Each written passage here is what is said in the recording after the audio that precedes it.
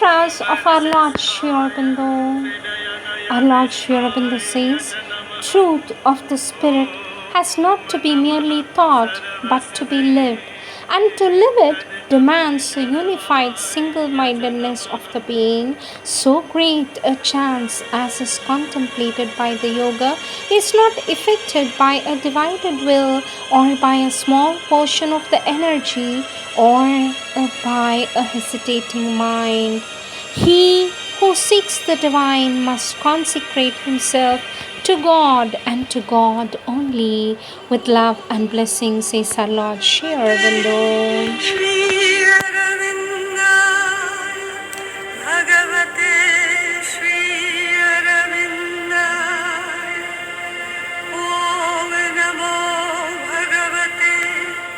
Words of our Divine Mother. Topic: Advice to newcomers.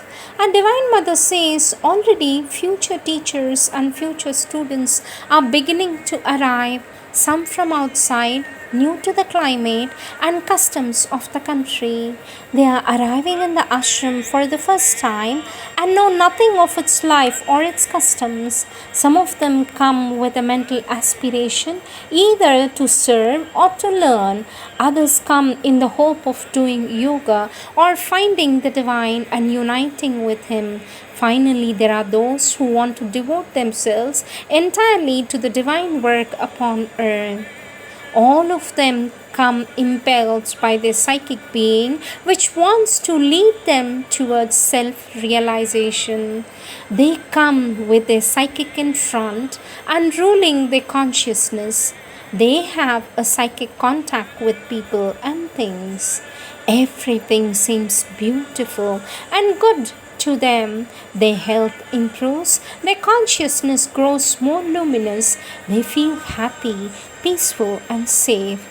They think that they have reached the utmost possibility of consciousness. This peace and fullness and joy given by the psychic contact they naturally find everywhere, in everything and everybody.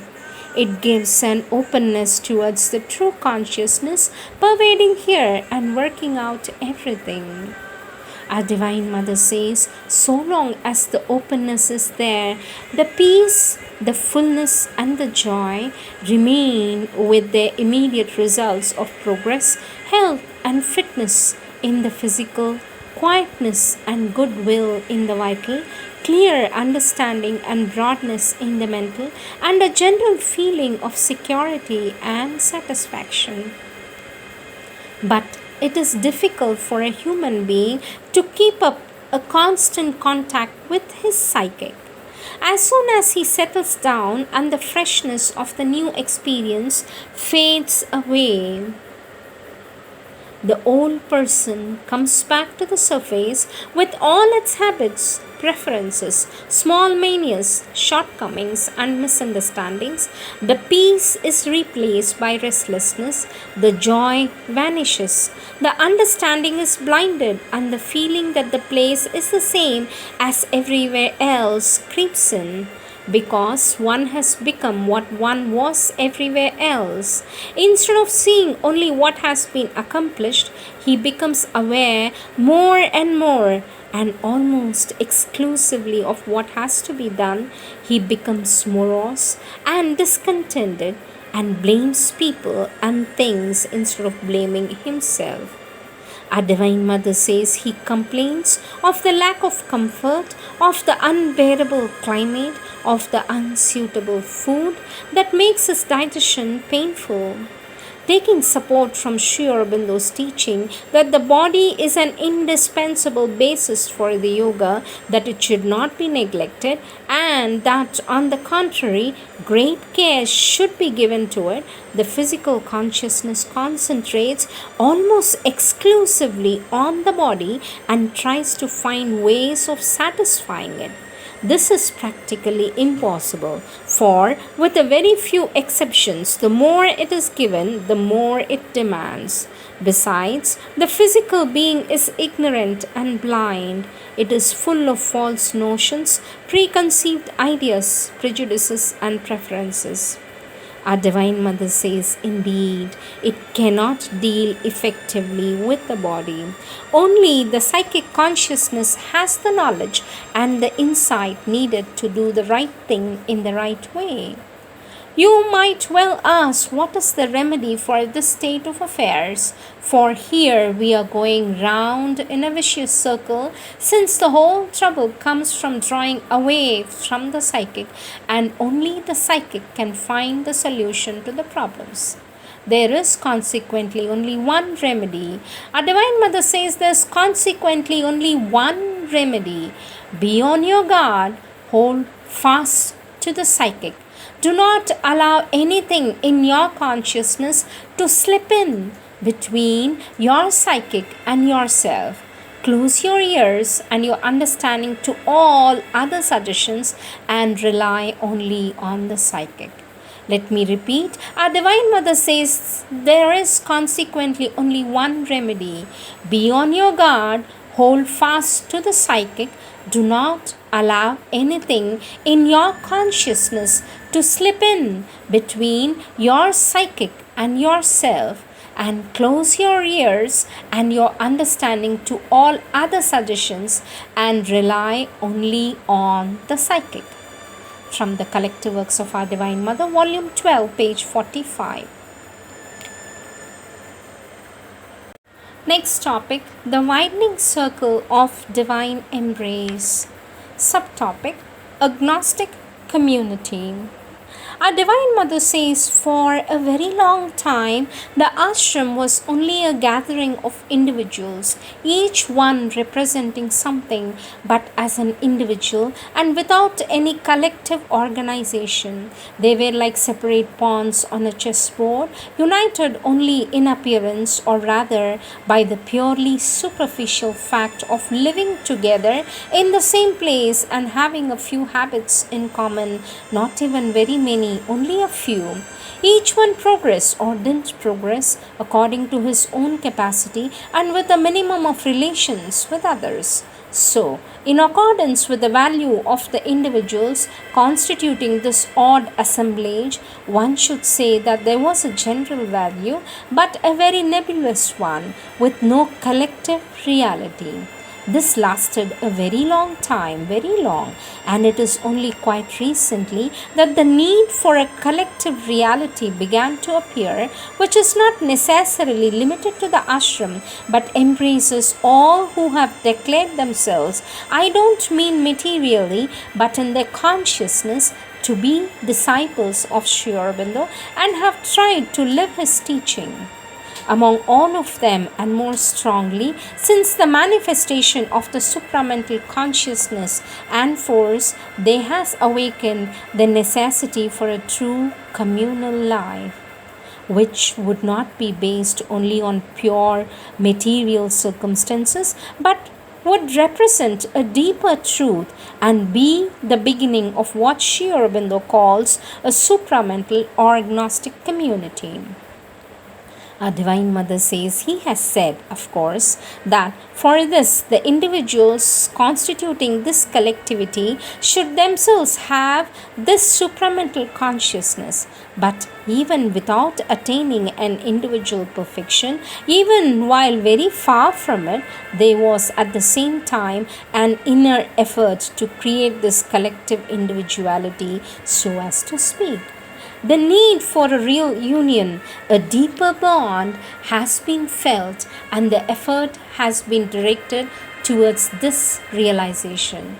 This has caused some disturbance, for the tendency was formerly so individualistic that certain habits have been upset. I don't mean materially, for things are not very different from what they are or what they were, but in somewhat deeper consciousness. And above all, that is the point I want to emphasize, this has created a certain interdependence which has naturally lowered the individual level a little, except for those who have already attained an inner realization strong enough to be able to resist this moment of what I might call leveling. And this is what gives the impression that the general level has fallen, which is not correct. The general level is on a higher plane than it formerly was, but the individual level has dropped in many cases, and the individuals who are capable of one realization or another have felt, without understanding why, weighed down by a load they did not have to carry before, which is the result of this interdependence. It is just a temporary effect, which on the other hand will lead to an improvement, very tangible general progress. From the Collective Works of Our Divine Mother, Volume 9, page 173. Our Divine Mother says the yoga, integral yoga in the world is more difficult but more complete. Our Divine Mother says one must be very careful not to have one foot on one side and the other foot on the other, not to stand in two different boats, each following its own course. Our Divine Mother says this is what Aurobindo said. One must not lead a double life. One must give up one thing or the other. One cannot follow both. This does not mean, however, that one is obliged to get out of the conditions of one's life. It is the inner attitude which must be totally changed. One may do what is in the habit of doing, but do it with a quite different attitude. I don't say it is necessary to give up everything in life and go away into solitude to an ashram necessarily to do yoga.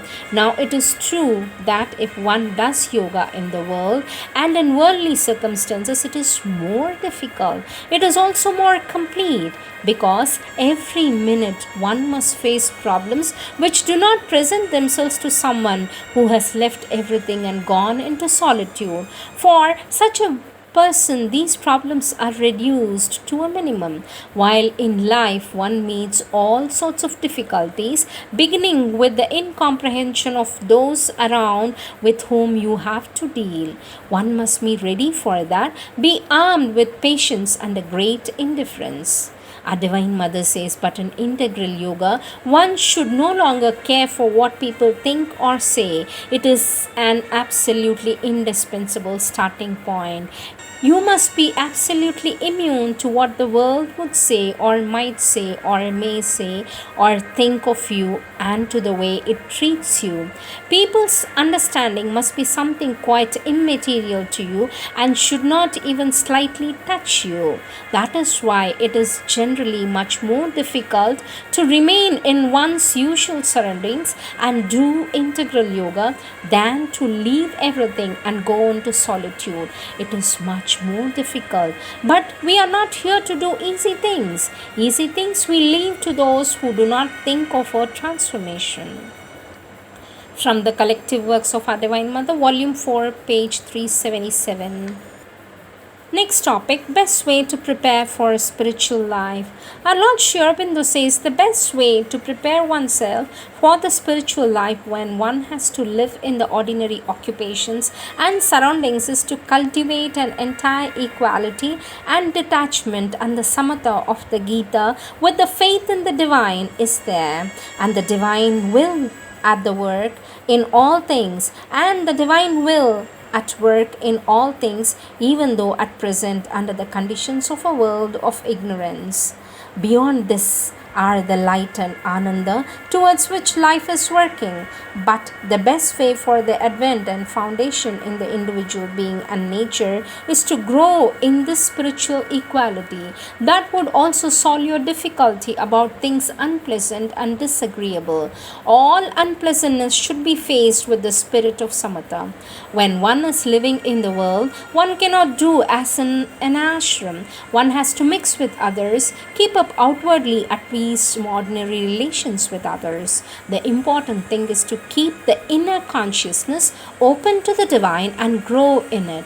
As one does it, more or less rapidly, according to the inner intensity of the sadhana, the attitude towards others will change. All will be seen more and more in the divine, and the feeling and action will be more and more determined, not by the old external reactions, but by the growing consciousness within you. The life of samsara is in its nature a field of unrest. To grow through it in the right way, one has to offer one's life and actions to the divine and pray for the peace of the divine within. When the mind becomes quiet, one can feel the Divine Mother supporting the life and put everything into her hands.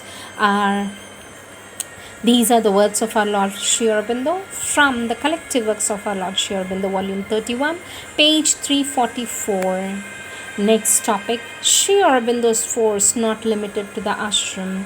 Our Lord Sri Aurobindo says, certainly my force is not limited to the ashram and its conditions. As you know, it is being largely used for helping the right development of the war and of change in the human world. It is also used for individual purposes outside the scope of the ashram and the practice of yoga. But that, of course, is silently done and mainly by a spiritual action. The ashram, however, remains at the center of the work. Without the practice of yoga, the work would not exist and could not have any meaning or fruition.